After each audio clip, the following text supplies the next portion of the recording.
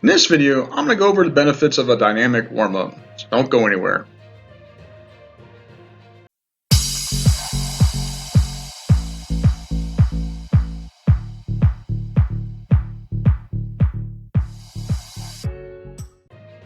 There are a lot of benefits for a dynamic warm-up. They increase blood flow, increase motor unit recruitment, raise the tissues and body temperature, increase neurological arousal and engagement, and preparation for acceptance of force and redirection of force on the body.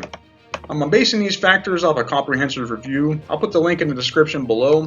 This is a fantastic explanation on why good dynamic warm-up is needed for optimal performance in the human body. So you can read this whole review for yourself if you want a more in-depth look. It's free to download off the website. I have posted in the description. So dynamic warm-up, you can raise the body's temperature both actively and passively to help increase blood flow, right? So vasodilation occurs when you warm up the body. It raises the oxygen and carbon dioxide exchange within the body, and it also increases nutrient delivery for the increased blood flow that you're putting on it. So a more active warm-up has a localized dilation of the area as opposed to a passive warm-up, which has a more global effect on all the tissues. An active warm-up, you're increasing the blood flow and muscle use of, let's say, the lower body before a run, right? So you're not really doing anything else for the upper body.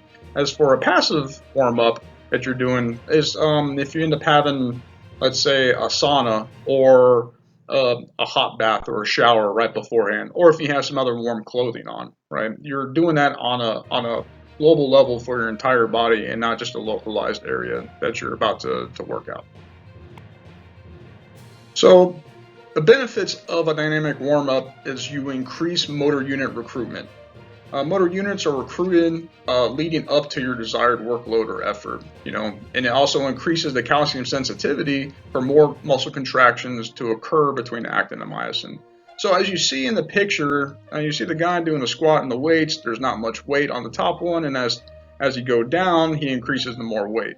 So more motor units are recruited for the muscle to actually use more muscle for the amount of work he's placed on it. So since the top one doesn't end up using that much muscle because it's a really light weight, he doesn't need that much muscle to actually push the weight around. So as the weight increases, more muscle units have to get recruited to lift the heavier weight. So as you can see on the bottom, all like the type 1, type 2A, and type 2X fibers are recruited to lift a heavier weight. The same thing when you're sprinting or jogging or running, just walking or at a leisurely pace for a jog, maybe you're only using the type 1 fibers. Type 2, your pace is like increased a little bit. It's a little bit more brisk. And a type 3, for a sprint, would utilize all three types of fibers to engage them for you to end up having maximal effort. So there's a positive association of the body raising the body's temperature, as accordance to power output and movement velocity. Raising the temperature also increases the response to exercise performance up to 5% in the review. And raising the body's temperature above normal can elicit a greater response output due to more glycogen availability and rate of force development. Also, they are in the both passive and active warm-ups that help. So an active warm-up, creating movement or effort in your body and raising the body's temperature. Passive warm-up, creating the environment for your body to increase the temperature, like the sauna, hot shower, or wearing warm clothing. Make sure you're firing in all 8 cylinders. Make sure you end up having prime neurological arousal and engagement.